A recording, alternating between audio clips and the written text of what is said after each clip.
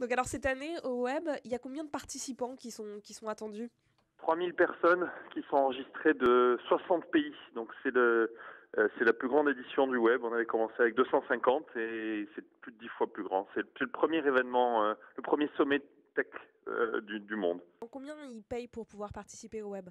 Alors c'est gratuit en ligne sur leweb.net les 8 et 9 décembre. On peut le regarder entièrement en vidéo et en HD.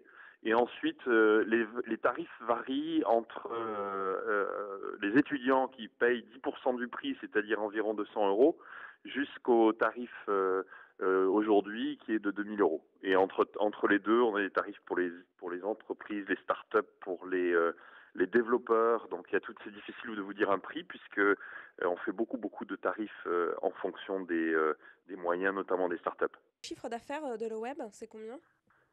C'est une société privée qui ne communique pas ses chiffres, mais qui a créé un emploi, celui de mon épouse. 1 million, moi j'avais vu. C'est plus?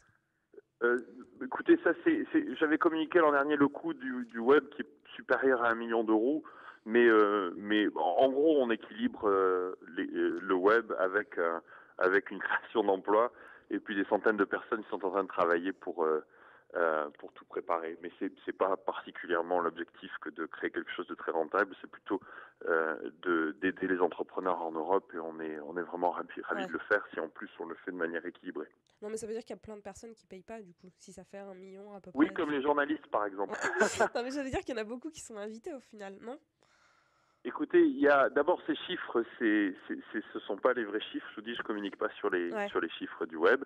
Et ensuite, en effet, on doit avoir 400 journalistes dans la presse, dans la salle, pardon, et ils sont pas réputés payer leur ticket. Des tarifs qui sont variables en fonction des moyens.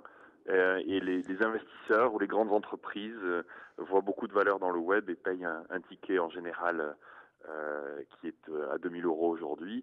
Et par contre, on est ravis d'avoir 300 étudiants, comme je vous le disais, qui payent que la moitié, les 10% de ça, pardon.